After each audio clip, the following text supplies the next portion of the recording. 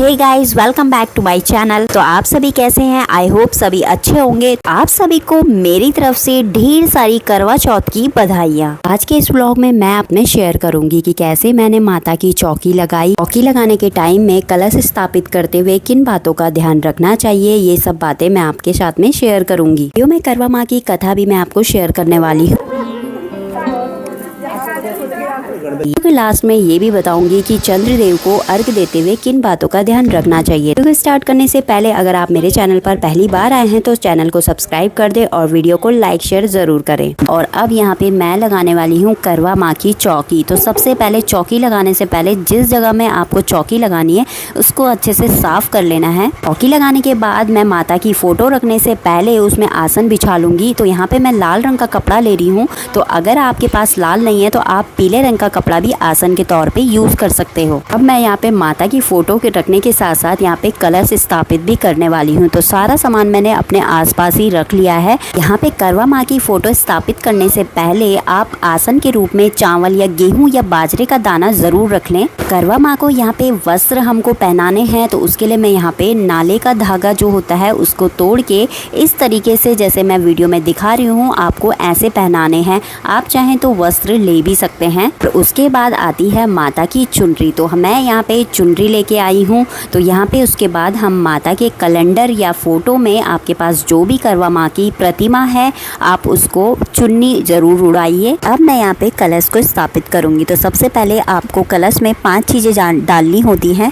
या तो आप हल्दी की साबुत टुकड़ी डाल दीजिए या आप खुला पाउडर भी डाल सकते हैं। साथ में मैंने डाला यहाँ पे सिंदूर, एक सिक्का और सुपारी और थोड़े से चावल। अब उसके लिए आपको आम के पत्ते चाहिए होंगे। तो 5 पत्ते आम के या फिर 7 पत्ते भी डाल सकते हैं। और अगर आपके पास आम के पत्ते नहीं हैं तो आप अशोक के पत्ते भी डाल सकते हो। यहाँ पे मैंने कलश कर दिया है तैयार। तो उसके लिए अब आसन के लिए मैं यहाँ पे अष्टदल कमल बना लूँगी चावल से। तो आप यहाँ पे गेहूं का आसन भी रख सकते हो। फ्रेंड्स, यहाँ पे अगर आपको मेरी बेटी का साउंड यहाँ पे डिस्टर्ब कर रहा होगा तो प्लीज़ इसको इग्नोर कर दे क्योंकि ये यहाँ पे मानने नहीं वाला। और अब यहाँ पे मैंने कलश को स्थापित कर लिया है। और अब इसके ऊपर से मैं यहाँ पे कटोरी में चावल डाल के इसको ढक लूँगी। तो उससे पहले यहाँ पे कलश में आप गंगा जल जरूर डालें। और अब मैं इसको यहाँ पे ढक लूँगी। तो ये तो मेरा कलश यहाँ पे स्थापित हो गया है। कलश स्थापित करने के बाद मैं इसमें मौली का धागा यहाँ पे बांध लूँगी जो कि बहुत ही ज़रूरी होता है। इसको बिल्कुल भी स्किप नहीं करना है आपको।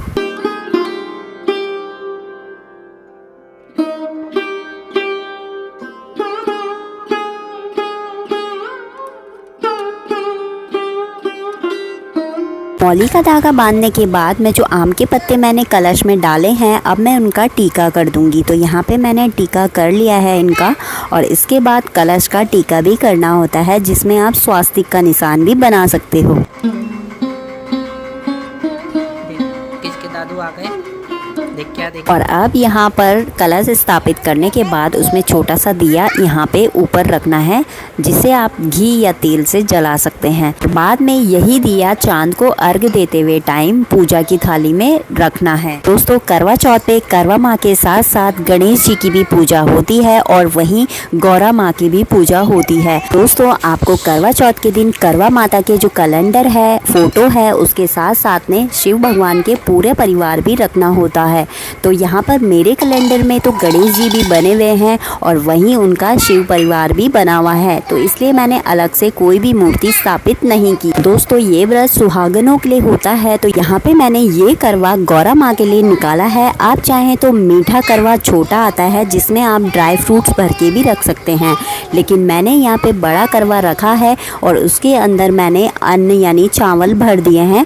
ऊपर से मैंने करवा में ढक्कन रखना ज़रूरी होता है और उसके ऊपर कुछ मिठाई रख दो। यहाँ पे करवा स्थापित करने से पहले आपको आसन के तौर में चावल के कुछ दाने रखने हैं नीचे। और जो करवा का खुला मुंह होता है उसको आपको किसी चीज़ से ढकना है। तो यहाँ पे मैंने एक सीख में कॉटन लगाकर उसको ढक दिया है। और जो करवे का मुंह होता है वो कैलेंडर यानी करवा माता की साइड होना चाहिए। साथ में गौरा माता के लिए श्रृंगार का सामान भी निकालना होता है जिसको आप भी खुद यूज कर सकते हो बाद में। बाद आपको गौरा माँ के करवे में भी मौली का धागा बांधना है। और अब यहाँ पे मैं एक और लोटा तैयार कर रही हूँ जिसमें मैंने यहाँ पे शुद्ध जल भरा हुआ है और उसमें मैं मौली का धागा बांध रही हूँ और इस जल का मैं यूज़ करूँगी रात को चांद को अर्घ देते हुए। अब यहाँ पे करवा माँ को भोग के तौर पर आप फ्रूट्स या फिर ड्राई फ्रूट्स भी रख सकते हैं। यहाँ पे कलश वगैरह करवा माता की जो चौकी होती है वो तो तैयार कर ली है और अब आ जाता है बायने की। तो अगर आप करवा चौथ का व्रत ले रहे हो तो उसमें बायना निकालना होता है और ये आपको माता की चौकी लगाने के साथ साथ ही निकालना होता है। तो मैं तो यहाँ पे बायना देती हूँ अपनी मदर इन लॉ को।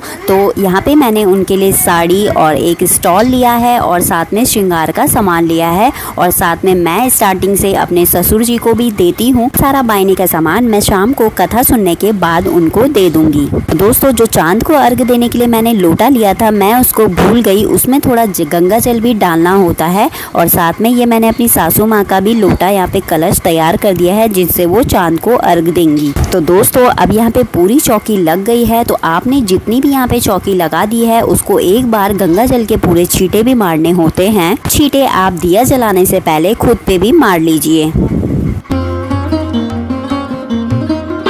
अब यहाँ पे मेरी करवा माँ की जो चौकी होती है वो ऑलमोस्ट पूरी लग चुकी है और मैं यहाँ पे अपनी चलनी और जो लोटा सारा सामान होता है आरती का वो मैं यहीं पे रख लूँगी। गंगा जल मैंने छिड़क लिया है और इसके बाद मैं अब यहाँ पे टीका करूँगी। तो करवा माता की सबसे पहले मैंने यहाँ पे पूजा करनी है तो टीका कर लिया है। साथ में मैंने यहाँ पे शिव जी भगवान जी का पूरे परिवार का भी टीका कर लिया है। करवा माँ और उनके सातों भाइयों का भी टीका कर लिया। साथ में गणेश जी का भी टीका करना है। टीका करने के बाद मैं यहाँ पे दिया भी जला लूँगी।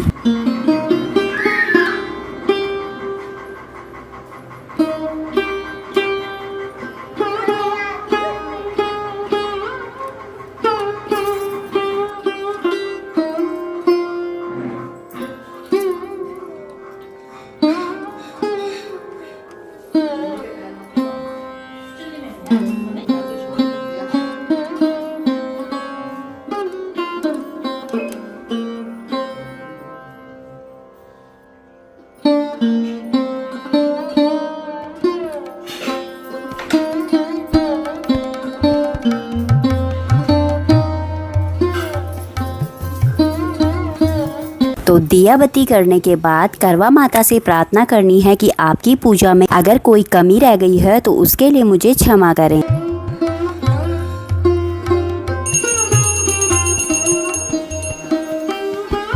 अब मैं बाहर की तरफ तुलसी माता को भी यहाँ पे चुनरी और साथ में चूड़ियाँ भी पहना दूंगी क्योंकि कथा होने के बाद तुलसी माता को भी जल चढ़ाया जाता है।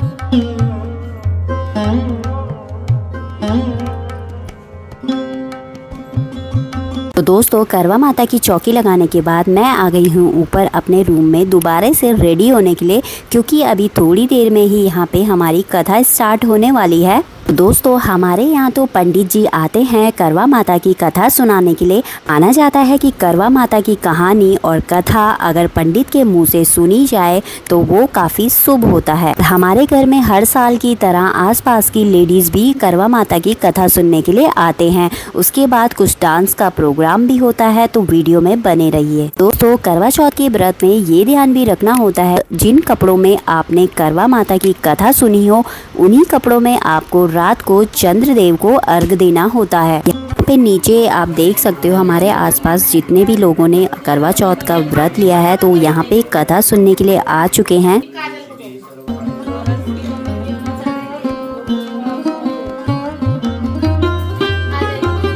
और यहाँ पे मैंने दिया भी जला लिया है जहाँ पे मैंने माता की चौकी बनाई थी। तो कथा स्टार्ट होने से पहले आपको यहाँ पे दिया जलाना है।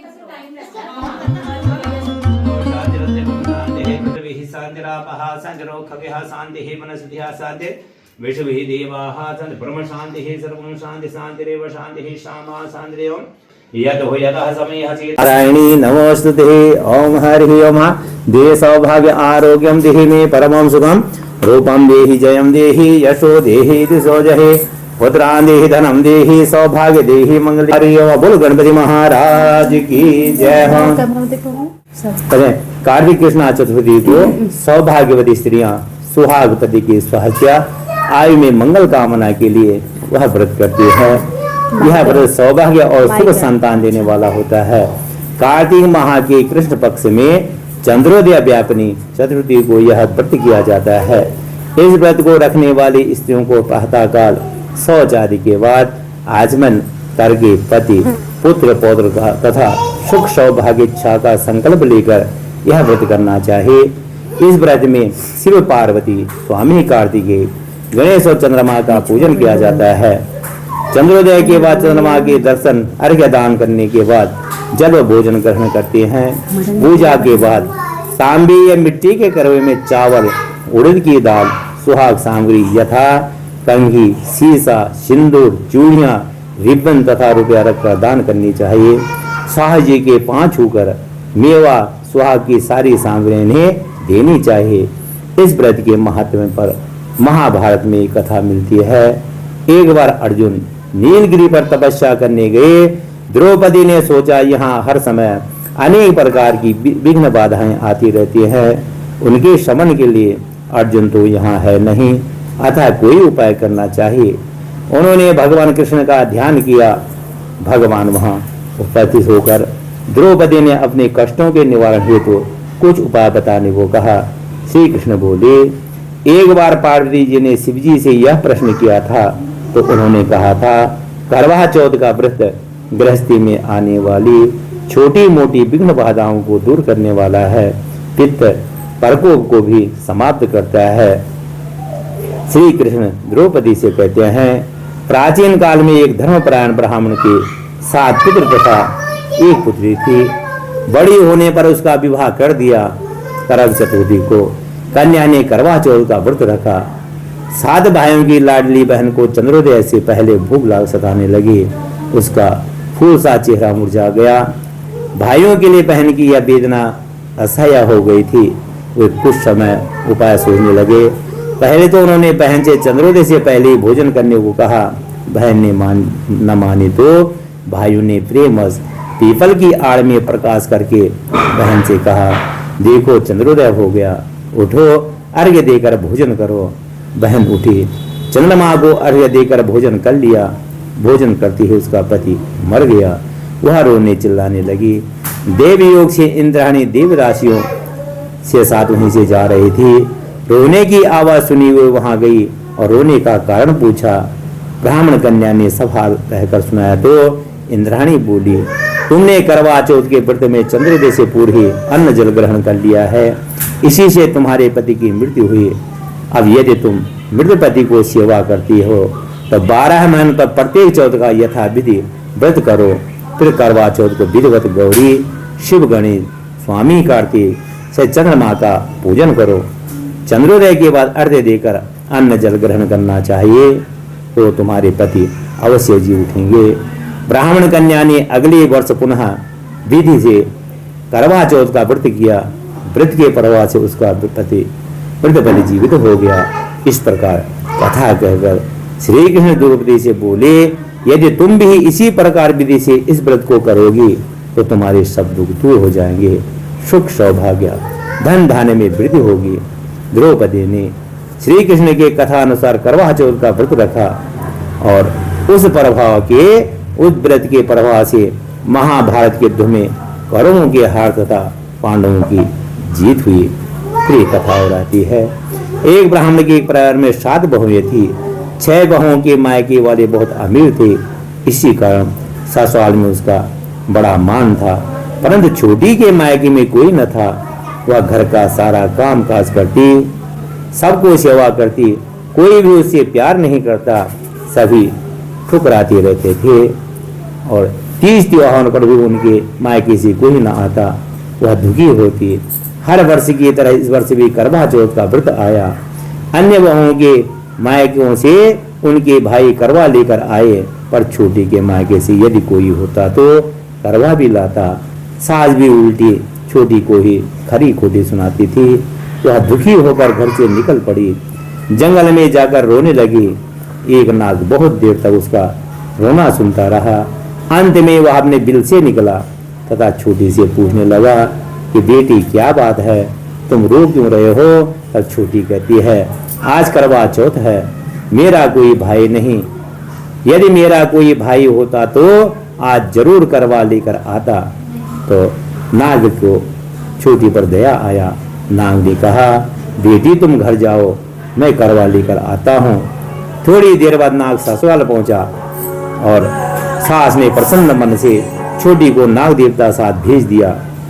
और नाग देवता ने छोटी को अपना सारा महल दिखाया और कहा, जितने दिन चाहो आराम से रहो, मन चाहा खाओ, मन चाहा पहनो, पर एक बात याद रखना, सामने रखी नांद कभी मत खोलना। छोटी सारा समय महल में आराम से काटती, पर नांद के बारे में उसकी उत्सुकता बढ़ी। एक दिन जब घर में कोई नहीं था, उसने नांद को उठाकर देखा तो हजारों छोटे छोटे सांप के बच्चे इधर उधर रेंगने लगे। उसने जल्दी से ही नांद जो है ढक दी। जल्दी में एक सांप की पूंछ नांद के नीचे आकर कट गई। शाम को नाग के आने पर छोटी ने अपनी गलती स्वीकार कर ली और नाग ने भी उसे क्षमा कर दिया। जब छोटी ने ससुराल जाने की इच्छा की तो उसे धन रत्न आदि देकर विदा कर दिया।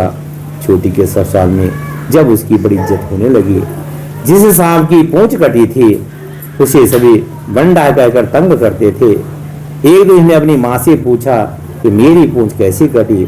तब माँ ने कहा कि छोटी के नाद उठाने पर जल्दी से रखने से तुम्हारी पूंछ कट गई थी। तो वह बोला कि मैं छोटी से बदला लूंगा। तो माँ के बहुत समझाने पर भी वह एक दिन चुपचाप छोटी के घर जा पहुंचा और मौका पाकर उसे काटने की सोचने लगा। वहां छोटी और उसकी सास में इसी बात पर बहस हो रही थी। तो छोटी कसम खा कर करी थी कि मैंने ऐसा नहीं किया, और वह कह रही थी कि मुझे बंडा भैया से प्यारा कोई नहीं है। मैं उन्हीं की कसम खाकर कहता हूँ कि मैंने ऐसा नहीं किया।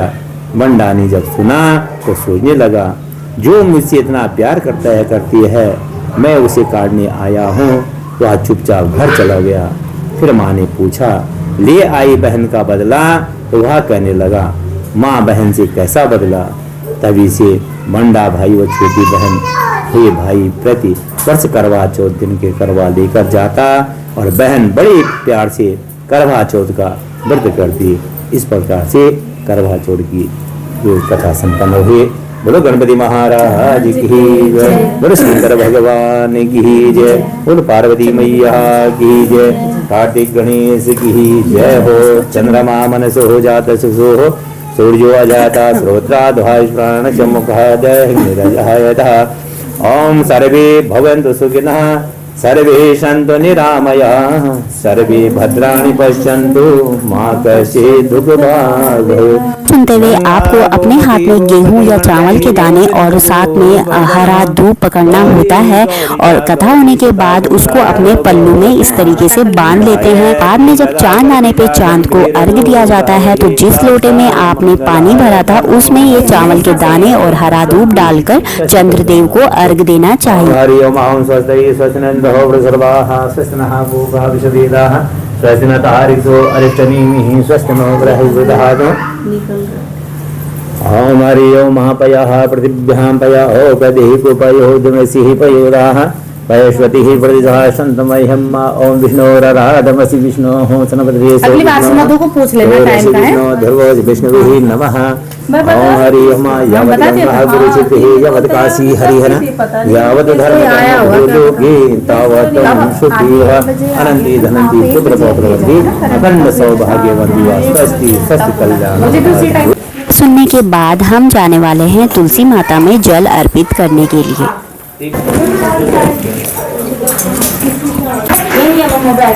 क्या बोला मम्मी जी?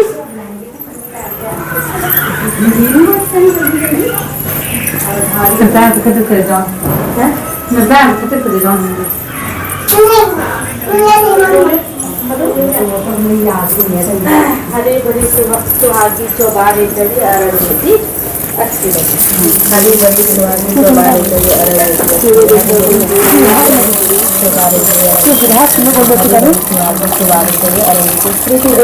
हाँ हाँ मिल लगाई हाथ। हरी बड़ी सुहागी के बारे में आरग दीजिए। हरी बड़ी सुहागी के बारे में आरग दीजिए। हरी बड़ी सुहागी के बारे में आरग दीजिए। तो यहाँ पे करवा माँ की कथा होने के बाद हमने तुलसी माता को भी जल अर्पित कर दिया।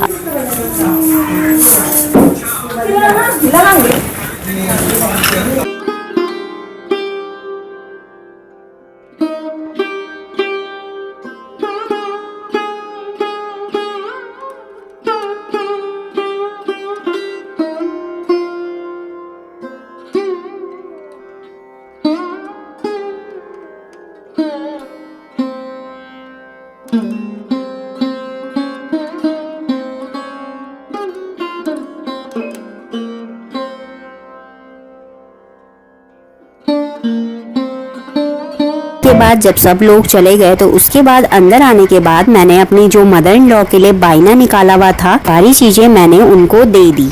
यहाँ पे शाम के 7 बज रहे हैं और हमने यहाँ पे खाने वाने की तैयारी करने के बाद यहाँ पे जो नॉर्मल डेली रूटीन में पूजा होती है घर की, वो करी और उसके बाद हमने करवा माता की भी आरती करी।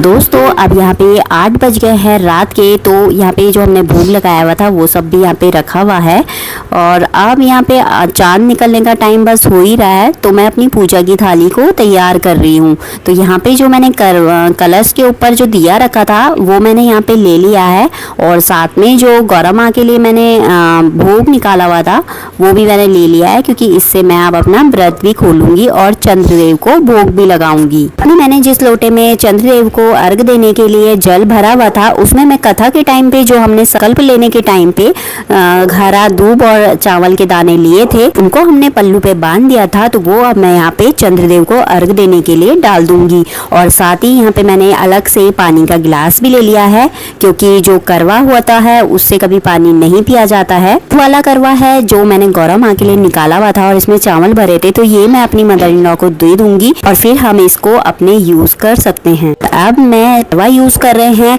या फिर कोई लोटे में जैसे मैंने लिया है वो यूज कर रहे हैं, तो उससे कभी आपको खुद से पानी नहीं पीना है जिससे आप चंद्रदेव को अर्घ दोगे। यहाँ पे अब हमें चंद्रदेव को अर्घ देना होता है जो लोटे में हम शुद्ध जल लेके आए होते हैं। तो सबसे पहले मैं यहाँ पे अर्घ दे दूंगी।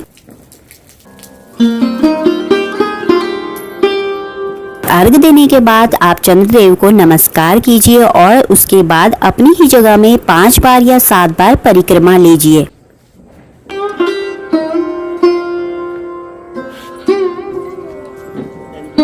परिक्रमा करने के बाद अब यहाँ पे चंद्रदेव को टीका करना है, तो यहाँ पे सिंदूर और चावल से मैं इनका टीका कर लूंगी।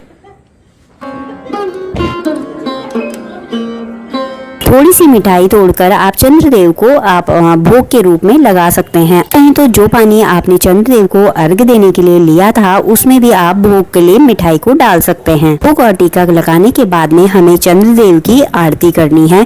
देन उसके बाद छन्नी के बीच में दिया को रखकर आपको चंद्रदेव को देखना है। चंद्रदेव को देखने के बाद छन्नी से आपको फिर अपने हस्बैंड को देखना होता है।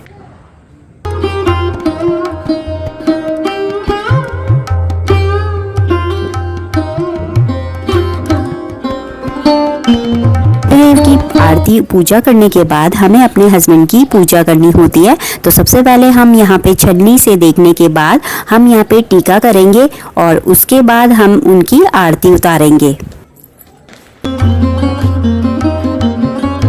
आरती को आप 5 या 7 बार उतार सकते हैं।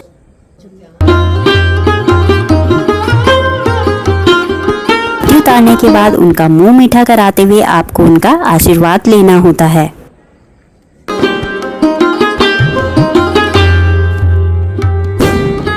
अब आशीर्वाद लेने के बाद आप उनके ही हाथों से पानी को पी सकते हैं। तो इस तरीके से ही करवा चौथ के व्रत का पारण किया जाता है। पानी पीने के बाद आप नॉर्मली खाना भी खा सकते हो।